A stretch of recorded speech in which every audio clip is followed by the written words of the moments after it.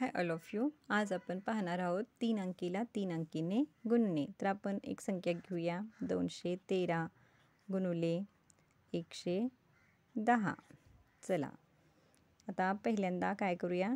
पहिल्यांदा काय करायचं असते, पहिली स्टेप म्हणजे ह्या शून्यानं पहिल्यांदा ह्या सगळ्या अंकांना गुणून घ्यायचं, उजवीकडून डावीकडे जायचं असतं. आता कोणत्याही संख्येला जर शून्याने गुणले तर उत्तर शून्य येते हे आपल्याला माहीतच आहे. तर बघा, 3 शून्य शून्य, 1 शून्य शून्य, 2 शून्य शून्य. मग आपण एकक घरातील संख्येनं इथं गुणले, अंकानं इथं गुणले म्हणून एकक घराच्या खाली आपण मांडायचा शून्य किंवा फुली. नंतर आपण दशक स्थानच्या अंकानं गुणायचं. पहिला 3ला, नंतर 1ला, नंतर 2ला, म्हणजे उजवीकडून डावीकडे.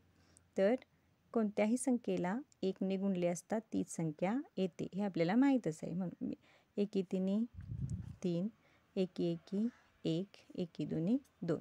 आता आपण शतक स्थानच्या अंकानं गुणणार आहे म्हणून इथं एकक व दशक स्थानच्या अंकाच्या खाली मांडायचा शून्य किंवा फुली. परत 1 न गुणा, 1 गुणले 3 3, 1 1 1, 1 2 2, किंवा डायरेक्ट 213 आपण मांडले असते तरी चाललं असतं, कारण कोणत्याही संख्येला 1ने गुणले असतं उत्तर तेच येते. आता यांची करायची बेरीज.